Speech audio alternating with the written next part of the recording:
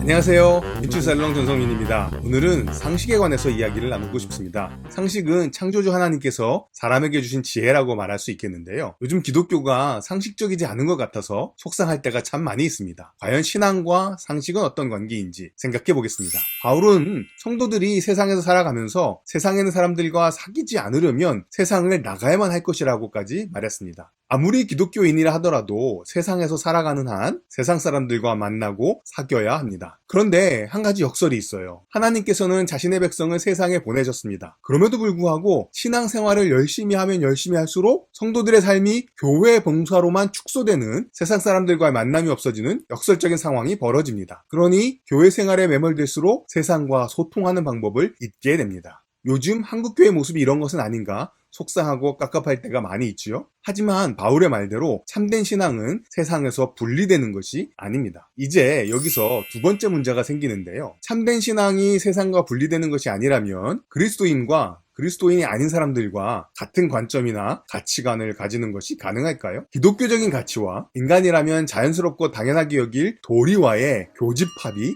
존재하는가라는 질문입니다. 창조주를 모릅니다. 십자가를 모릅니다. 이런 분들과 과연 그리스도인들은 통할 수 있겠느냐? 이런 문제들에 관해서 잠언이 흥미로운 통찰을 우리에게 줍니다. 저희는 잠언이란 말이 성경에 있다 보니까 굉장히 있어 보이는 말로 들리잖아요. 잠언이란 단어의 일반적인 의미는 사람이 살아가는데 훈계가 되는 말입니다. 이 뜻은 특별히 기독교적이지 않지요. 잠언의 영어 이름도 마찬가지입니다. proverb, 그냥 속담이라는 뜻이죠. 히브리어는 어떨까요? 마찬가지입니다. 히브리어로 잠언을 미슐레라고 하는데 그 의미도 그냥 일반적입니다. 이걸 묶어서 생각해보면 잠언은 그냥 속담집이라고 말할 수 있어요. 물론 주변 문화와는 다른 성경에 있는 잠언만의 독특한 특성이 있기는 합니다. 잠언은 시작과 끝에 여호와를 경외하는 것이 중요하다고 역설하지요. 하지만 잠언의 그런 독특성과 함께 잠언의 보편성 또한 놓치지 말아야 합니다. 잠언을 읽어보면 많은 잠언들은 언약 백성인 이스라엘에게만 특별하게 계시된 독점적인 진리라기보다는요, 상식적인 사람이라면 세상을 관찰하고 성찰하고 종합하고 분석해냈을 때 내릴 수 있는 보편적인 결론들입니다. 예를 들어볼까요? 대저, 젖을 저으면 엉긴 젖이 되고 코를 비틀면 피가 나는 것 같이 노를 격동하면 다툼이 남이니라. 이런 말씀은 그야말로 상식적이죠.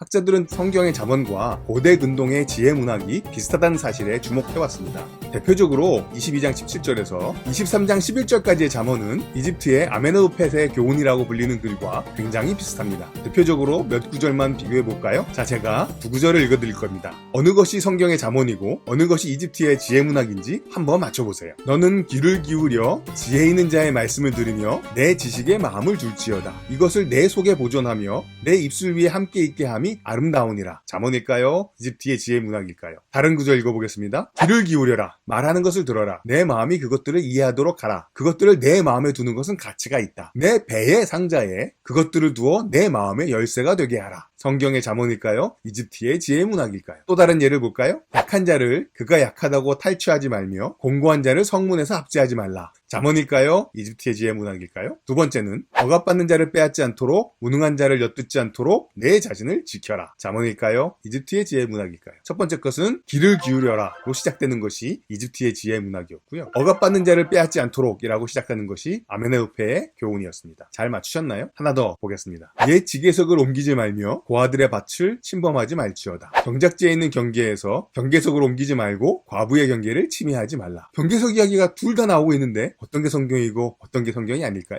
여기 나오는 지게표를 옮기지 말라는 말은 잠언뿐 아니라 율법에도 나옵니다. 그래서 지게표를 옮기지 말라는 교훈은 이스라엘에게만 주어졌을 거라고 생각하기 쉬운데요. 사실 이스라엘에 나오는 이 경구조차 이집트 사람들, 즉 세상 사람들의 일반적인 상식과 다르지 않았습니다. 어떤 한쪽이 다른 것에 영향을 미친 것인지 아니면 둘 다 인간의 보편적인 경험을 말하고 있기 때문에 독립적이지만 같은 내용을 갖게 되었는지 학자들은 이모저모로 연구해 왔습니다. 그 논의의 결론이 어떻든지 간에 이 두 가지 글을 비교해서 얻을 수 있는 통찰은 명확합니다. 성경의 잠언과 이집트의 지혜는 통한다는 것이죠. 특히 약자에 대한 관심에 있어서 신앙의 요구와 세상의 상식은 통합니다. 가난한 자를 배려하라는 명령과 권고는 그야말로 동서고금을 막론하고 상식입니다. 아니, 상식이어야 하죠. 왜냐하면 상식은 인간의 자연스럽고 당연한 도리이기 때문입니다. 창조주 하나님께서는 그 자연스럽고 당연한 도리를 자신의 형상인 인간의 마음에 심어 놓으신 것이죠. 비록 명시적으로 명령하지는 않았지만 말입니다. 교회만 특별하다고 생각하지 않고 상식적인 신앙을 회복하는 기독교가 되기를 바라봅니다. 민주살롱 오늘 여기서 마치겠습니다.